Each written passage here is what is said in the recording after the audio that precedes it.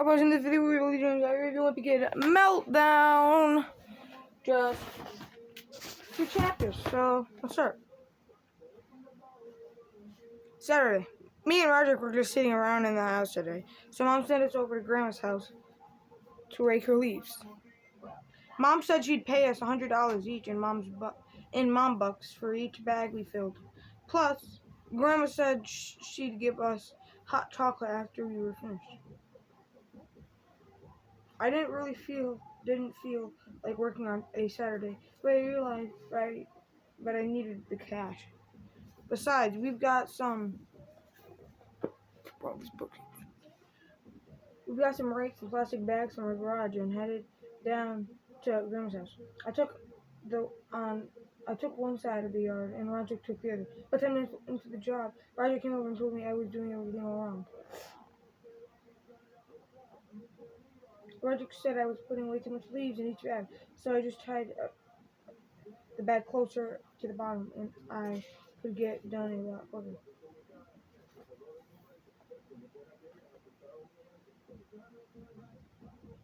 So now this kind of seems of advice you're supposed to get from your older brother. After Roderick showed me that trick, he went through the bag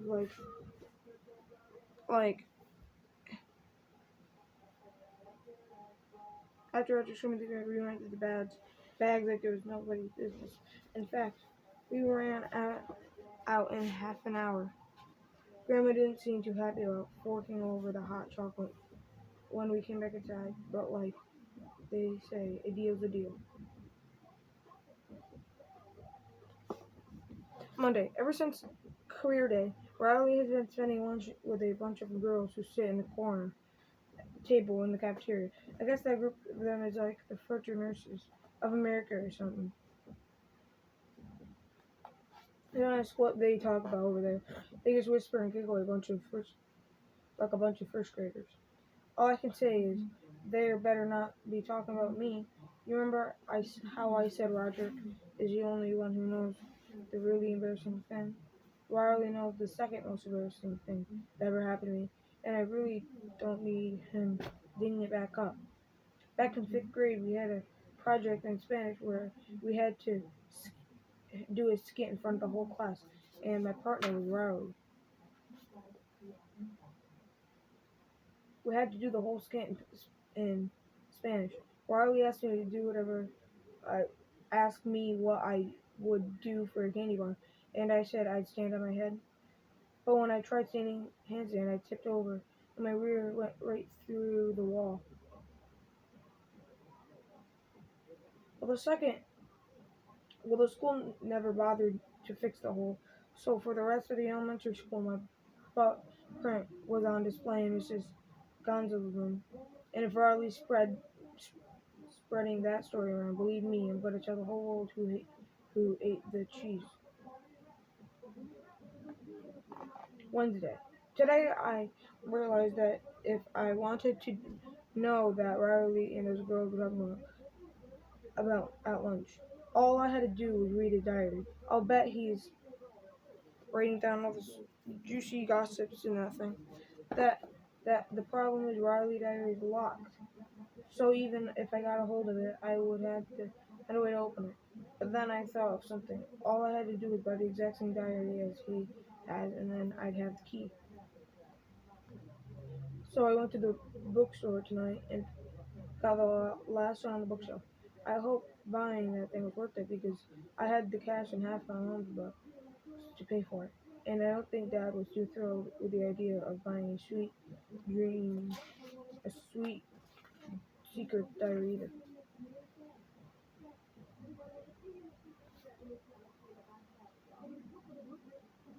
Thursday. Sorry if you boys can't really see. Kind of hard because this flash isn't on. So I'm just gonna kind of have to do this, and I'll zoom in a little bit more for you boys. Thursday. After physical education today, I saw that Riley accidentally left his diary on the bench. So when the coast was clear, I used my new key on his diary, and sure enough, it worked. I opened it and started reading. Today I played with my dinosaurs action figures again. It was um, Mecha Rex and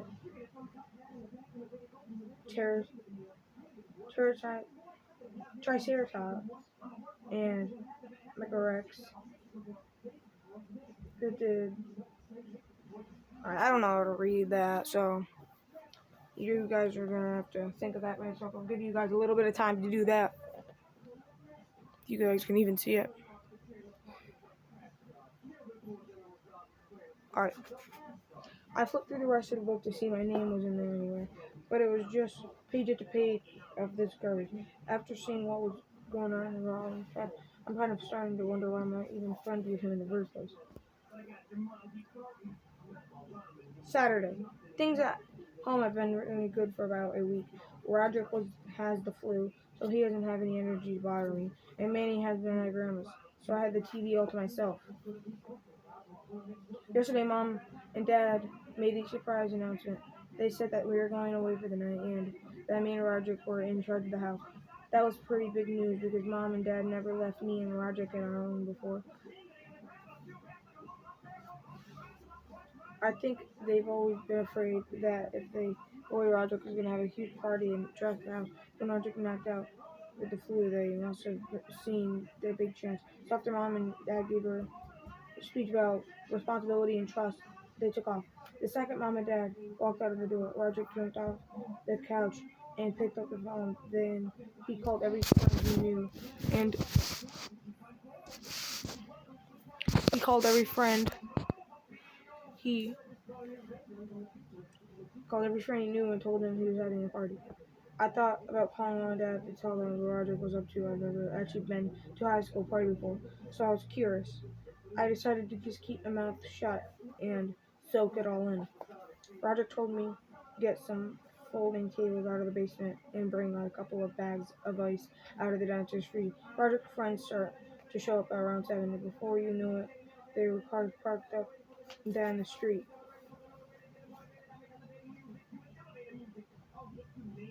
The first person to walk through the door was Roger's friend Wood.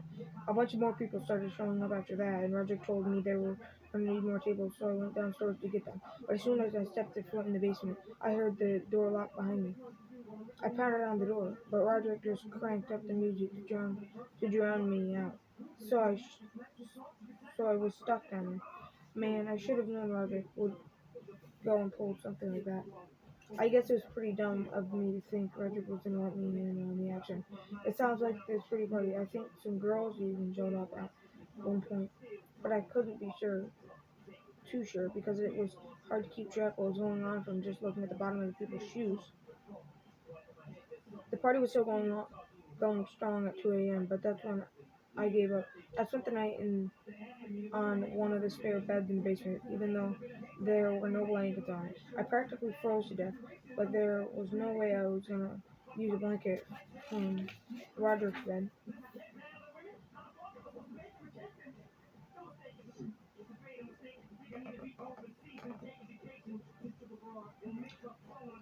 Somebody must have unlocked the basement door overnight, because when I woke up this morning, it was open.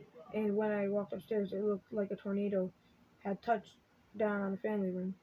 The last of Roderick's friends wasn't gone until 3 a.m. in the afternoon, and once everyone left, Roderick told me I had to help him clean up. I told Roderick he was out of his mind if he thought I was helping, but Roderick said that if he got busted at the party, he was taking me down with him. He said if I didn't help him clean up the mess, he would tell all my friends about the thing that happened to me this summer.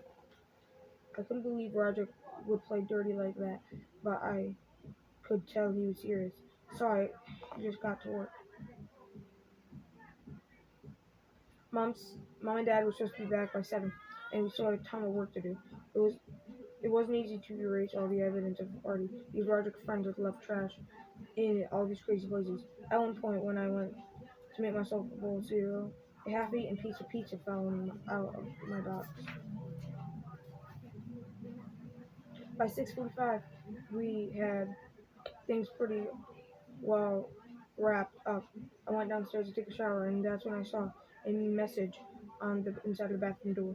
I tried scrubbing it off with some soap and water, but whoever wrote that must have used a permanent marker.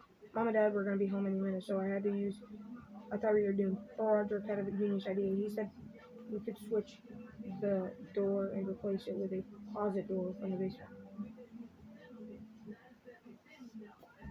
We finally managed to get the door off of the hinges, and then we carried it downstairs. Then we got the closet door from the inside to the basement and brought it upstairs.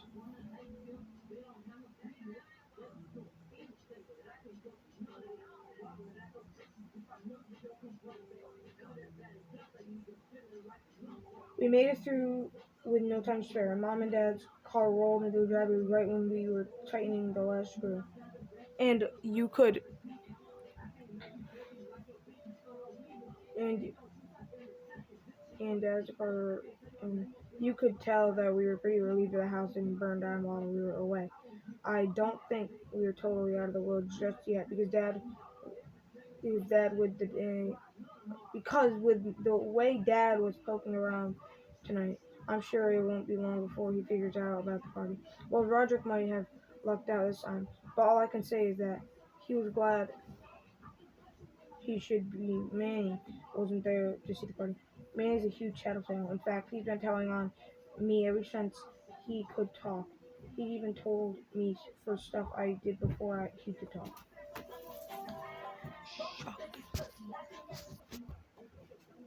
When I was a kid, I broke the sliding glass door in the family room. Mom and Dad didn't have any evidence that I was the one who did it, so they couldn't peg it on me, and I was in the clear. But Manny was there when it happened, and 2 years later he squealed on me. Bobby threw a rock at the big window.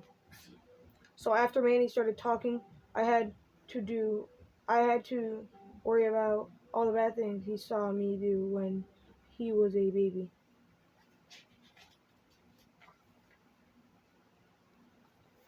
I used to be a big tattletale myself until I learned my lesson. One time, I told on Roderick for saying a bad word. Mom asked me which word it was, so I spelled it out, and it was a long one, too.